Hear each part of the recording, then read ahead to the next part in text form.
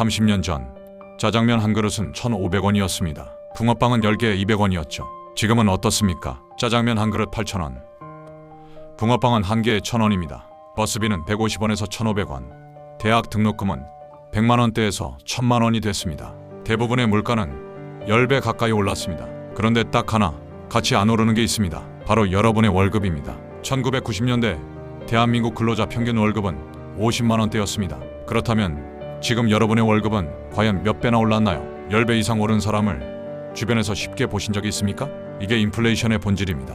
물가가 오른 게 아닙니다. 돈의 가치가 떨어진 겁니다. 그런데 문제는 지금부터입니다.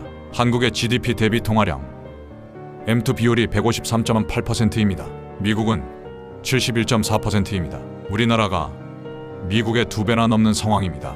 이 말은 경제 규모에 비해 돈을 2배 넘게 풀었다는 뜻입니다. 그 결과는 바로 환율의 상승으로 나타났습니다. 2025년 12월에는 1,480원까지 치솟았는데요. 이건 단순한 환율 변동이 아닙니다. 원화 가치가 구조적으로 무너지고 있다는 신호입니다. 오늘은 원화 가치가 왜 이렇게 됐는지, 이 상황에서 무조건 살아남는 자산 4가지가 무엇인지 하나하나 짚어드리겠습니다.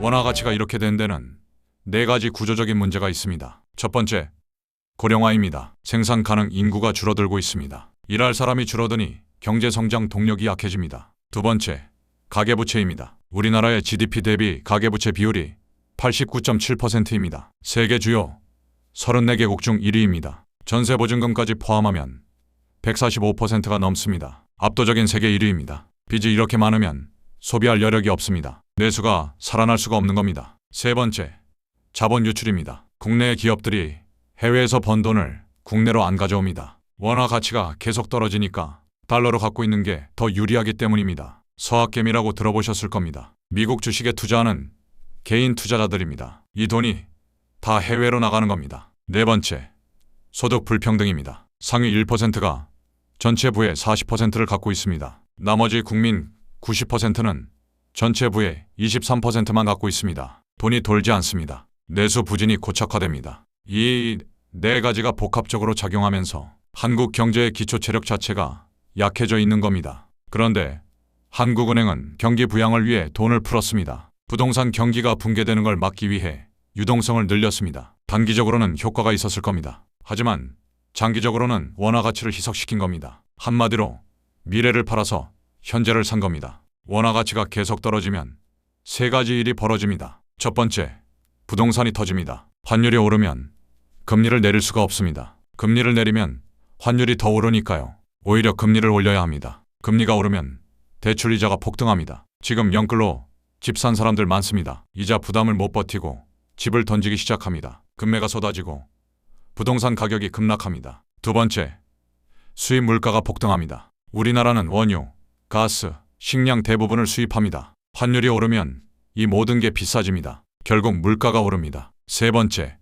실질 소득이 줄어듭니다. 월급은 그대로인데 물가만 오릅니다. 이게 인플레이션의 무서움입니다. 세금은 내라고 고지서가 옵니다. 하지만 인플레이션은 고지서가 오지 않습니다. 아무도 돈 내라고 말하지 않는데 내 지갑에서 돈이 사라집니다. 보이지 않는 세금입니다. 월급 착실히 모아서 적금 든 사람들한테는 이게 치명타입니다. 현금으로 들고 있으면 가치가 녹아내리기 때문입니다. 이제 본론입니다. 원화 가치가 박살날 때 무조건 살아남는 자산 4가지. 첫 번째는 달러입니다. 달러도 가치가 떨어집니다. 미국도 돈을 풀었으니까요. 하지만 원화보다는 느리게 떨어집니다. 달러는 기축통화입니다. 전 세계 무역의 80%가 달러로 이루어집니다. 전 세계 외환 보유고의 60%가 달러입니다. 달러에 대한 수요가 항상 있습니다. 그래서 다른 통화들보다 가치가 안정적입니다. 원화 가치가 떨어질 때 달러를 갖고 있으면 최소한 원화만큼 손해보지는 않습니다. 전문가들은 당장 쓸 돈 3개월에서 6개월치는 달러로 갖고 있으라고 합니다. 비상금 개념입니다. 여기서 하나 더 알아두셔야 할 게 있습니다. 달러 스테이블 코인입니다. 달러와 1대1로 가치가 연동되는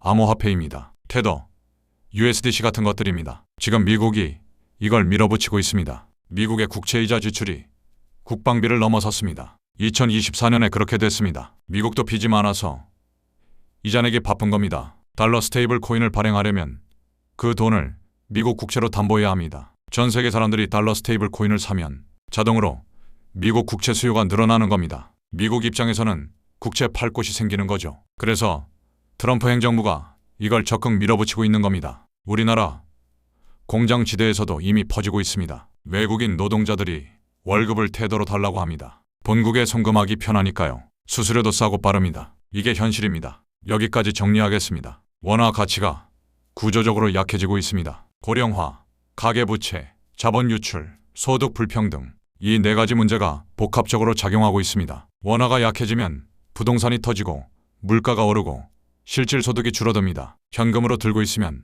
가치가 녹아내립니다. 그래서 첫 번째 대안이 달러입니다. 기축통화라서 원화보다 안정적입니다. 3에서 6개월치 생활비는 달러로 갖고 있으라는 게 전문가들의 조언입니다. 이제 나머지 세 가지 자산을 말씀드리겠습니다. 두 번째 자산은 금입니다. 금은 수천 년 동안 가치를 인정받은 자산입니다. 희소하기 때문입니다. 지구에 매장된 금의 양은 한정되어 있습니다. 아무리 기술이 발전해도 금을 인공적으로 만들 수 없습니다. 돈은 정부가 마음대로 찍어낼 수 있습니다. 하지만 금은 그렇게 할 수 없습니다. 그래서 화폐 가치가 떨어질 때 금 가격이 오릅니다. 사람들이 돈 대신 금을 찾기 때문입니다. 실제 수치를 보여드리겠습니다. 2000년 금 가격은 온스당 280달러였습니다. 지금은 얼마입니까? 온스당 5000달러입니다. 25년 만에 18배가 올랐습니다. 같은 기간 짜장면이 10배 오르는 동안 금은 18배가 오른 겁니다. 금을 갖고 있었던 사람은 인플레이션을 이긴 겁니다. 2024년 1월만 해도 금 가격은 온스당 2000달러였습니다. 2년 만에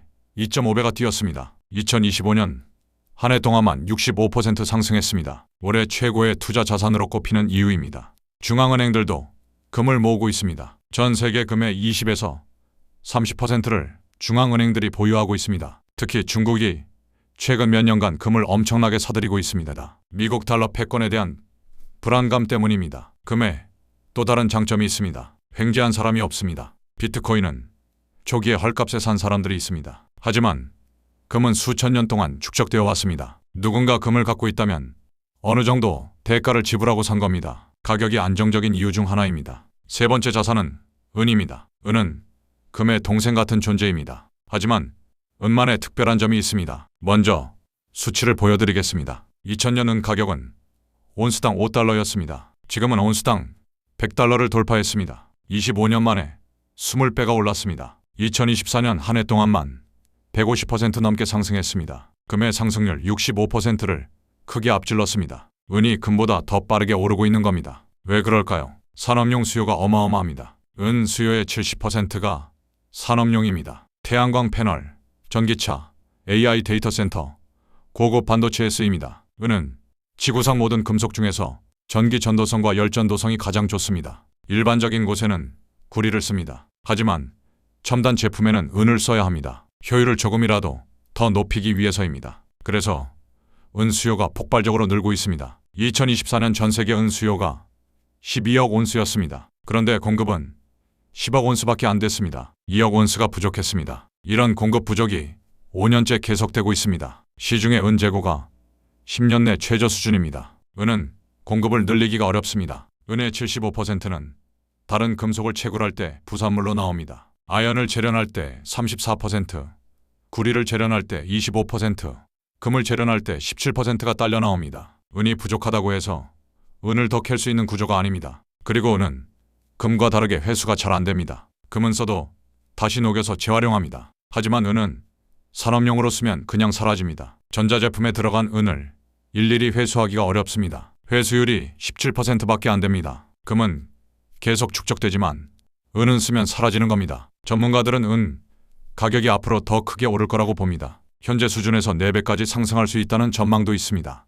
금값이 오를 때 은값은 더 빠르게 오르는 속성이 있습니다. 변동성은 크지만 상승할 때 폭발력이 있습니다. 네 번째 자산은 비트코인입니다. 비트코인을 디지털 금이라고 부릅니다. 희소하기 때문입니다. 수치로 보여드리겠습니다. 2015년 비트코인 가격은 300달러였습니다. 2025년에는 12만 달러를 돌파했습니다. 10년 만에 400배가 올랐습니다. 금이 25년 동안 18배 오르는 동안 비트코인은 10년 동안 400배가 오른 겁니다. 비트코인의 총 발행량은 2100만 개로 고정되어 있습니다. 절대 늘어나지 않습니다. 2025년 현재 약 1960만 개가 채굴됐습니다. 전체의 93%입니다. 나머지 140만 개는 2140년까지 아주 천천히 채굴됩니다. 4년마다 채굴량이 절반으로 줄어드는 구조이기 때문입니다. 금은 새로운 금광이 발견되면 공급이 늘어납니다. 하지만 비트코인은 가격이 아무리 올라도 공급량이 늘어나지 않습니다. 이게 비트코인의 핵심입니다. 비트코인은 전 세계 2만 개 이상의 서버에 분산 저장됩니다. 한두 개를 해킹해봐야 소용없습니다. 전체의 51% 이상을 동시에 해킹해야 하는데, 그러려면 미국 정부가 전 세계 발전소를 다 끄고 혼자만 전기를 켜는 수준의 일을 해야 합니다. 사실상 불가능합니다. 비트코인은 슈퍼리치들이 좋아합니다. 금덩어리로 100억 원을 옮기려면 트럭이 필요합니다. 현금으로 100억 원을 옮기려면 5만 원권으로도 20kg이 넘습니다. 공항 검색대를 통과할 수 없습니다. 하지만 비트코인은 무게가 없습니다. 머릿속에 비밀번호만 외우고 있으면 수천억 원을 어디든 가져갈 수 있습니다. 위기 상황에서 자산을 지키기에 이만한 게 없습니다. 현재 비트코인 시가총액은 금 시가총액의 약 15분의 1입니다. 만약 비트코인이 금과 비슷한 수준까지 간다면 10배 이상 오를 여지가 있습니다. 물론 변동성이 큽니다. 80% 하락한 적도 있고 50% 하락은 여러 번 있었습니다. 하지만 장기적으로 보면 계속 우상향해 왔습니다. 핵심은 3년 이상 버틸 수 있는 돈으로만